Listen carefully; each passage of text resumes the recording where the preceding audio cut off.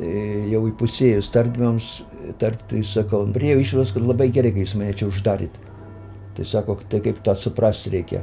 Tai aš jam į jo klausimą, sako, kiek jūs pernai perskaitėt grožinės literatūros knygų?